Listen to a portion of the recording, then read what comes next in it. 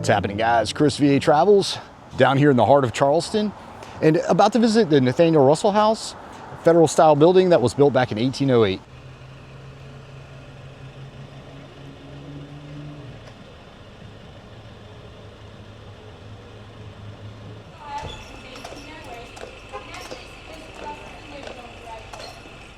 And of course, there are tons of historic homes and churches down here. And here we are, tours 1 until 4 p.m. on Monday, Tuesday through Sunday, 10 till 4. And we are off of Meeting Street.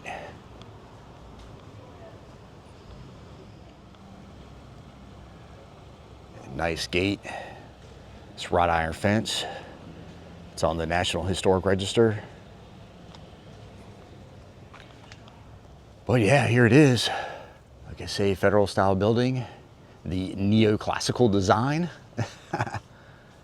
And, oh, okay, it looks like the initials NR right there.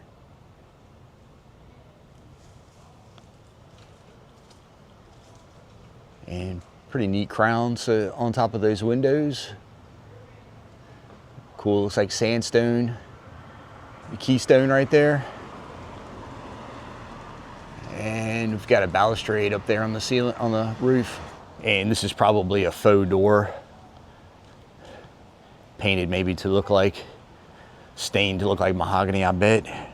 And this is, I'm sure, to mimic inlay, painted right here. I don't know if that would be mahogany, but cool fan light right there.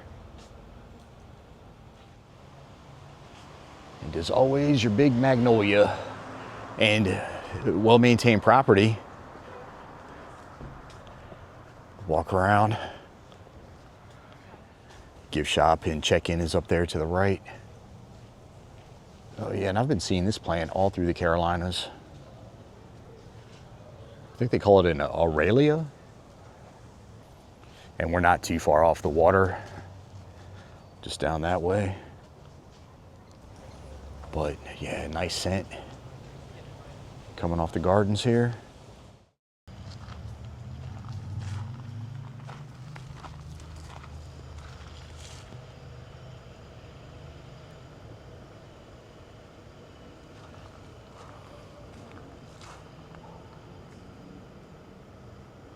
It's cool how the walkway goes around.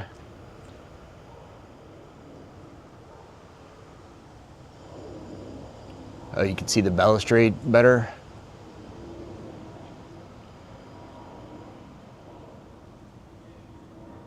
Pretty cool rub brick on those arches.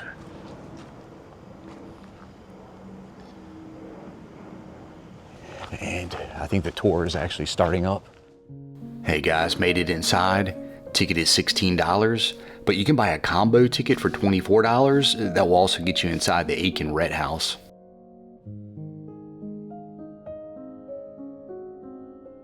And we start out inside the ruins of the kitchen and the laundry house. You'll see the big hearth right here.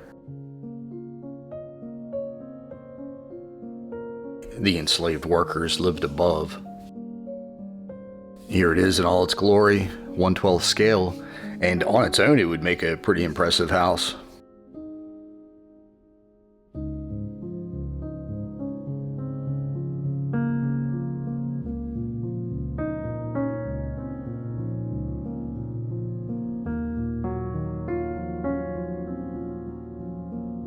Here we are, and we're standing in almost the exact same spot. Oval oven to the right.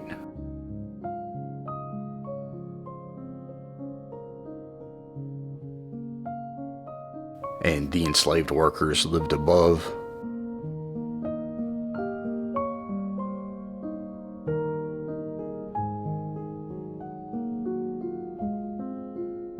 This is a German porcelain doll that belonged in the dollhouse, and it used to have movable arms. While I show you around, I'll tell you a little bit about Nathaniel. He moved down here to Charleston from Rhode Island in 1765, where he prospered as a slave merchant. 1788, he married Sarah Hopkin. She's the daughter of an affluent Charleston family. They ended up having 2 children, Alicia and Sarah. Began construction of the house 1803. It was completed again 1808 when he was 70 years old. Back of that faux door in the entrance hall here, you'll see giving access to the main part of the house. We've got these wide faux grain double doors with glazed rosette patterned inserts and an elliptical fan-shaped transom window.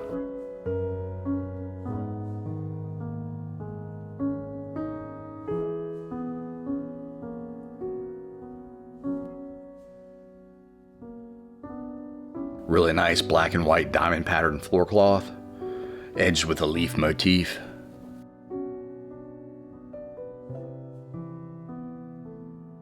The house was designed by an unknown architect. I'll tell you, there are 9 rooms inside, and there are over 6,000 square feet of living area.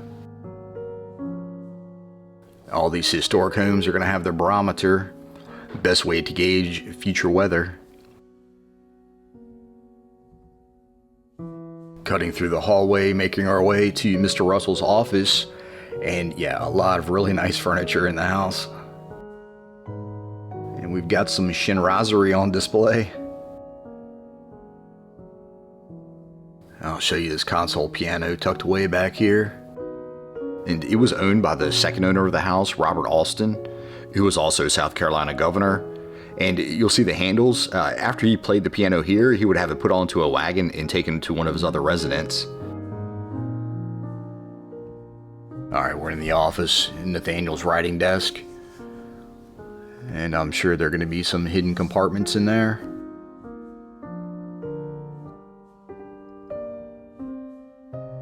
Tea table tucked away with the tripod base.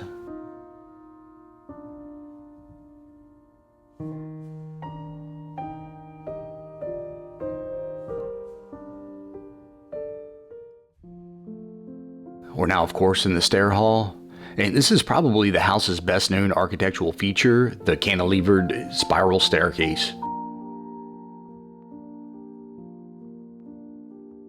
Flying staircase, and each stair supports the weight of the one on top of it. You'll see it stretches all the way up to the 3rd floor. And the medallion up there, it looks like it's plaster, but it's actually been painted.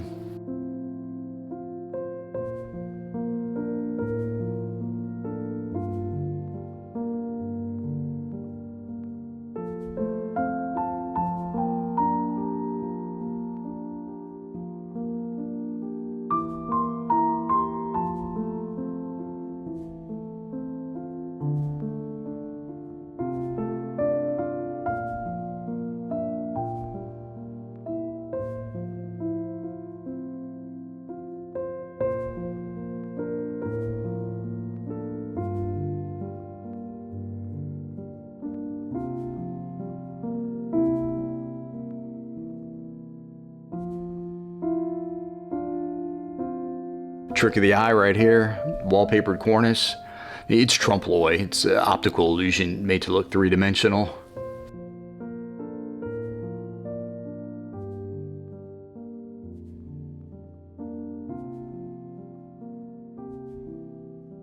Obviously a false door created for decoration.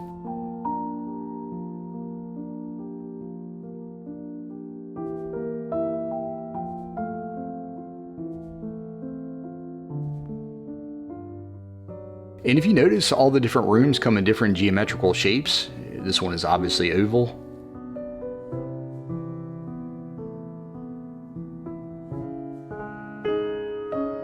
Pretty nice spread on the buffet table here.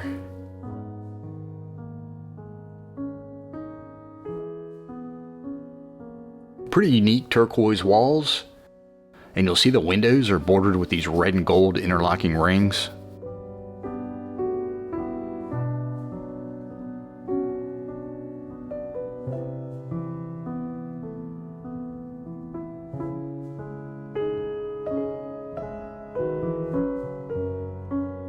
I'll tell you that wainscoting is cypress.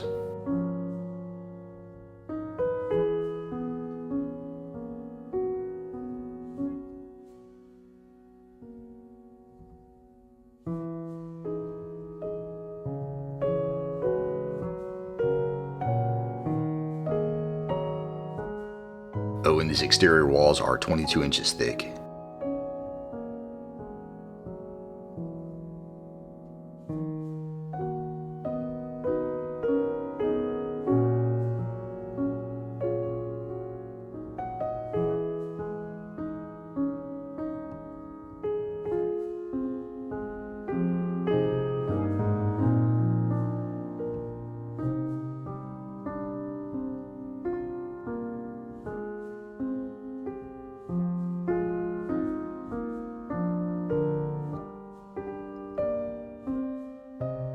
ice box right here to keep the good stuff cold.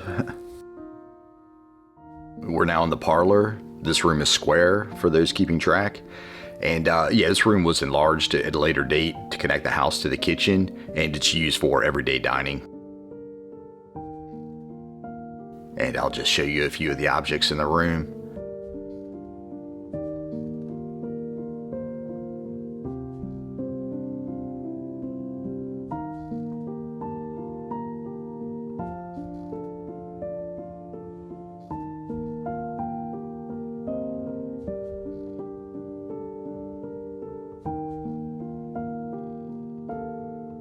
There used to be a really small spiral staircase just outside of the room. It was used by the enslaved, but it didn't pass code. The city of Charleston said it had to be removed, so they put in a larger staircase.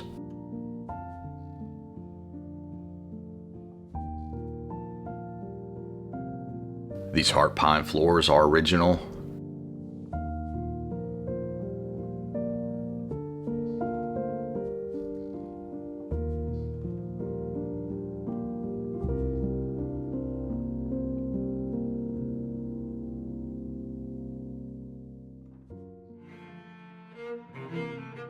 Made it up to the second floor. This is where the good stuff is. And normally the nicest rooms in the house are usually on the first level. But anyway, we're here in the withdrawing room, and it's towards the front of the house. Pretty impressive entablature. And you'll see these slender fluted pilasters going down. And obviously this window could be opened up and used as a door. Oh, and this room would be rectangle.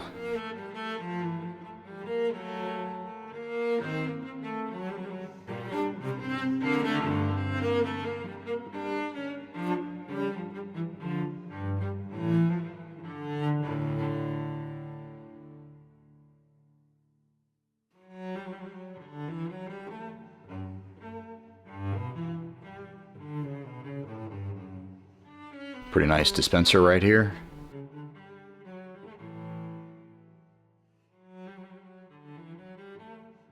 Painting of Susanna Smiley. I hope I got that name right. But it was painted by Samuel Morse, the inventor of Morse code. Yeah, he started out his career as a portrait painter. He lived in Charleston for 4 winters and painted over 150 portraits. Top portrait is of Jonathan Lucas.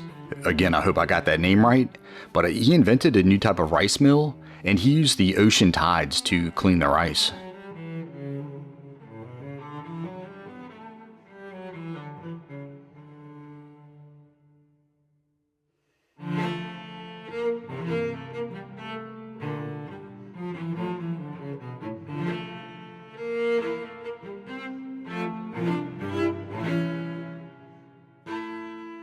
You can imagine looking out over a dirt road, a horse and buggy riding by.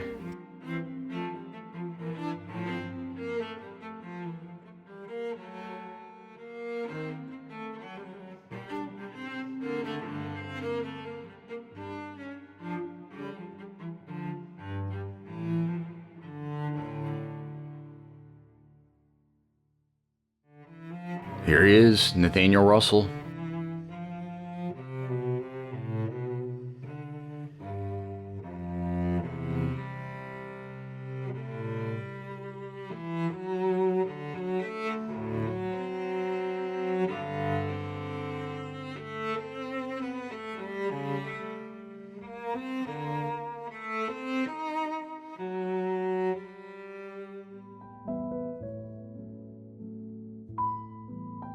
This is the drawing room, the home's most decorated room.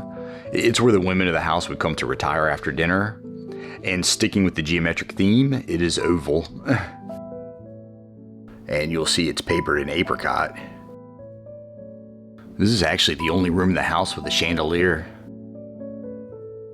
This might be the most elaborate cornice I've seen in a house. And those gold painted finials are pretty nice looking. And at some point they were removed, possibly during the Civil War when the house got shelled, but they were put into a box up in the attic and then replaced during the restoration.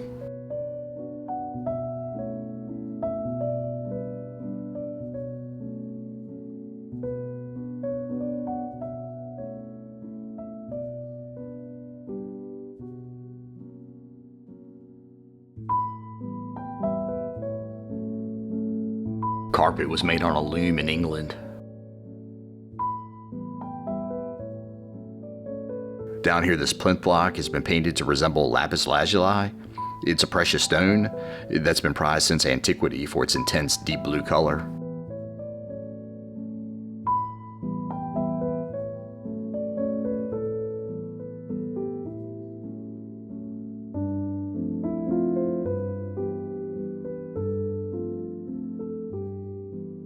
Fireplace mantles, Adam-style ornamentation are among the city's most detailed.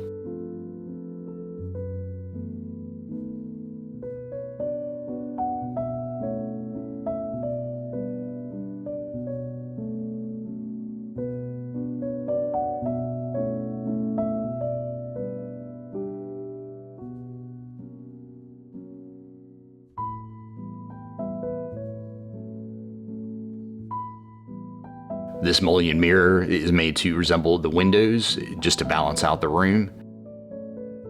These curved entry doors, painted to resemble a tortoiseshell on the interior, but the exterior is faux grained, again to mimic mahogany.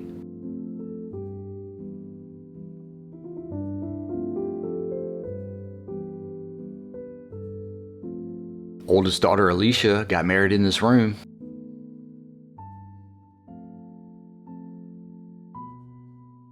This harp is French, made in 1795.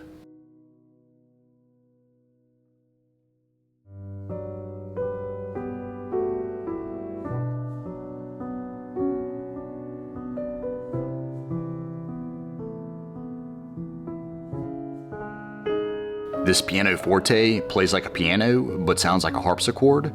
The parts were made in France before the French Revolution, and it was assembled in London.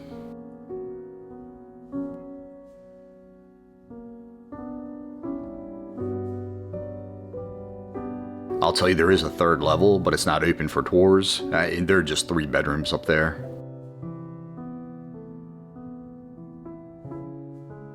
We're in the master bedroom, and it's smaller than you would think.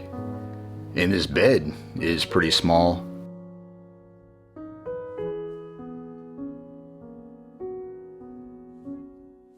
You'll see the fancy mosquito netting, and this bed was made in Charleston.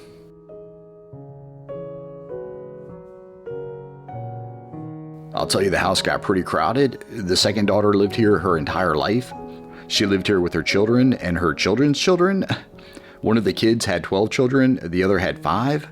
So for a period, that would make a grandmother, 4 parents, and 17 children.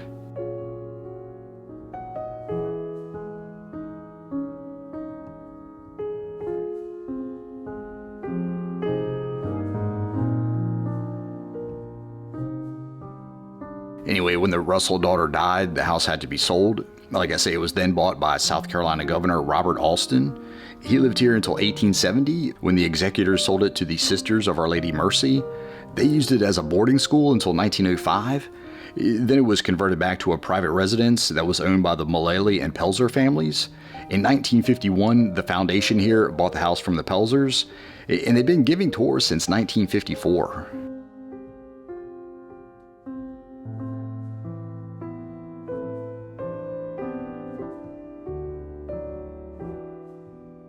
Some more fancy chinoiserie.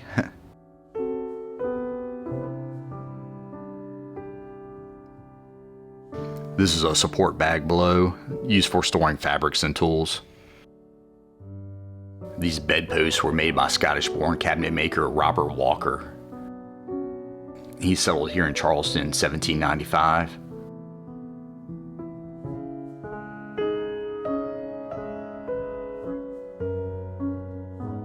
This secretary and linen press, or secretary wardrobe as it was known, it was made here in Charleston, 1790. Made of mahogany and cypress, it's over 9 feet tall.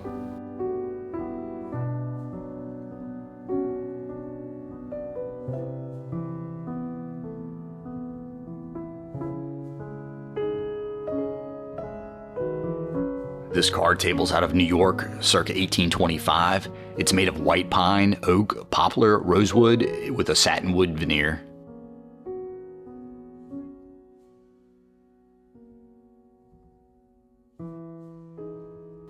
Wow, really nice koi fish legs.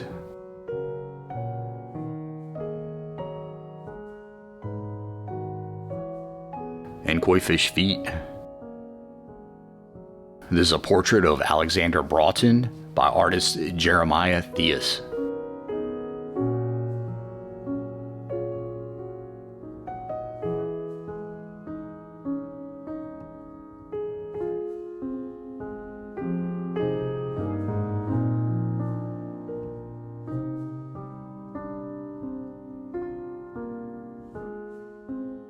The sideboard was made by an unknown maker, but made here in Charleston between 1790 and 1810. Made with mahogany, tulip poplar, and cypress. Apparently a lot of cypress in the area. And it's decorated with a bold diamond and bellflower inlay, traditional to the Charleston pieces of the same time period. Manigault family armorial porcelain, china that was made in 1820.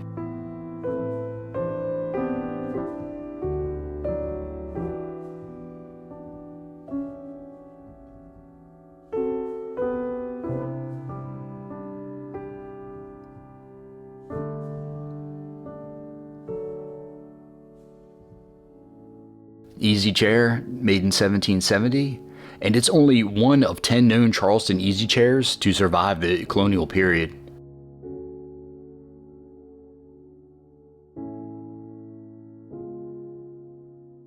And of course your ball and claw feet.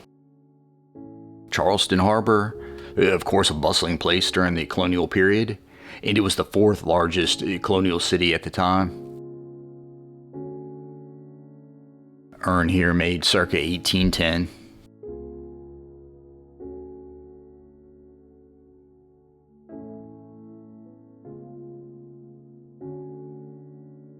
Wow, some work went into this.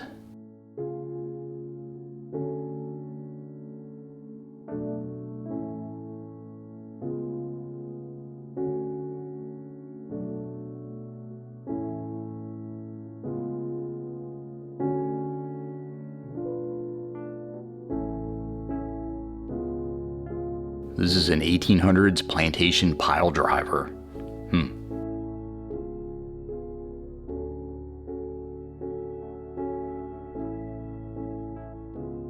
Yeah, migration of enslaved Africans. It mostly came from the Gold Coast and Angola.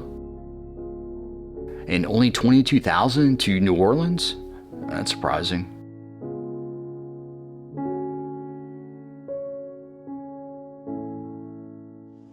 All right, just took the house tour. A lot of nice furniture and items in there. I was in kind of a crowded tour group. I did the best I could, but I definitely got some good footage. And I'm gonna go ahead and take a walk around the gardens. First off, you've got one of these Charleston joggling chairs that originated in Charleston. And I see these in almost all the southern homes in the deeper south. I've only seen them in Virginia once or twice. And I've heard a lot of different stories of the use. That I've heard it's supposed to mimic a carriage. I've heard it's used as therapy for rheumatism and arthritis, just bouncing up and down on it. And then I've also heard that couples use it. They would sit on it, bounce up and down, and it would slowly bring them closer together. So, but pretty neat. Yeah, I've got your crepe myrtles. And this garden is really well put together. We've got a velvet sage bush over here, yeah, also called a Mexican sage.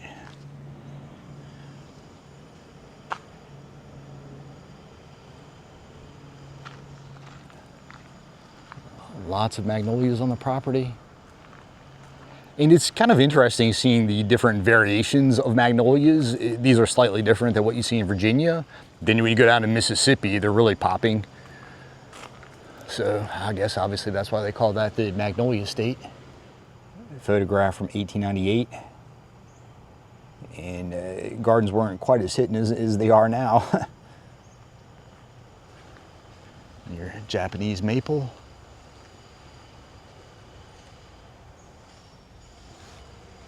All right, so we've got a live oak over here.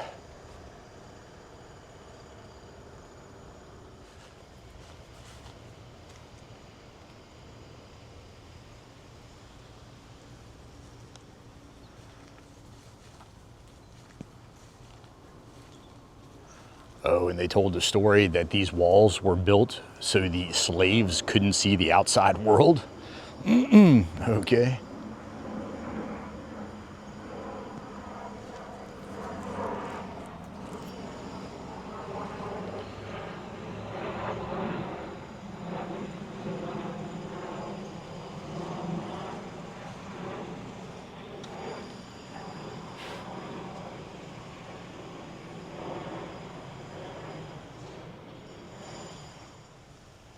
Under the live oak, we've got a Chinese fan palm.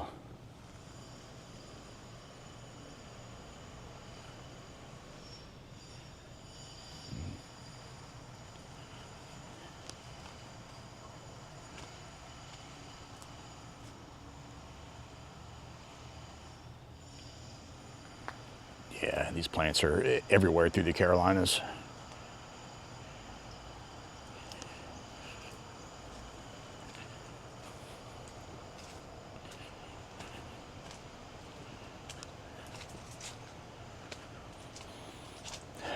Yeah, nice fragrance back through here.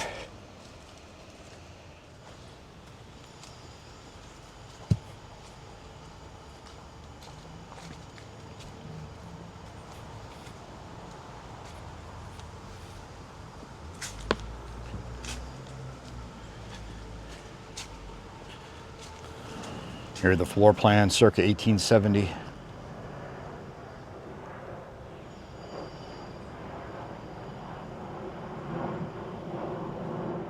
In 1913, a servant just outside of the old kitchen.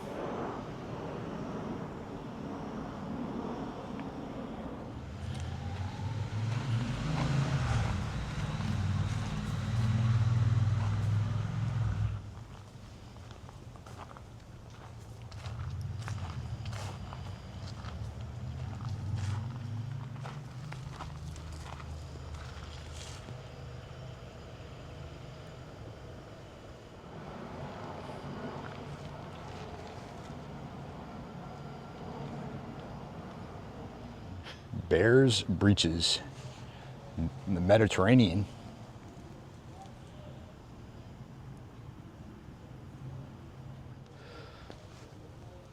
Holding up the branches. Oh, another one right there. See a wire around it.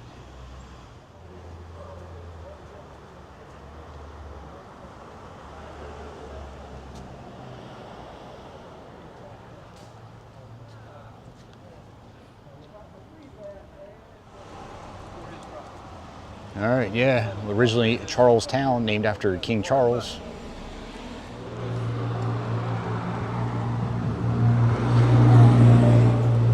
That's it for the Nathaniel Russell House.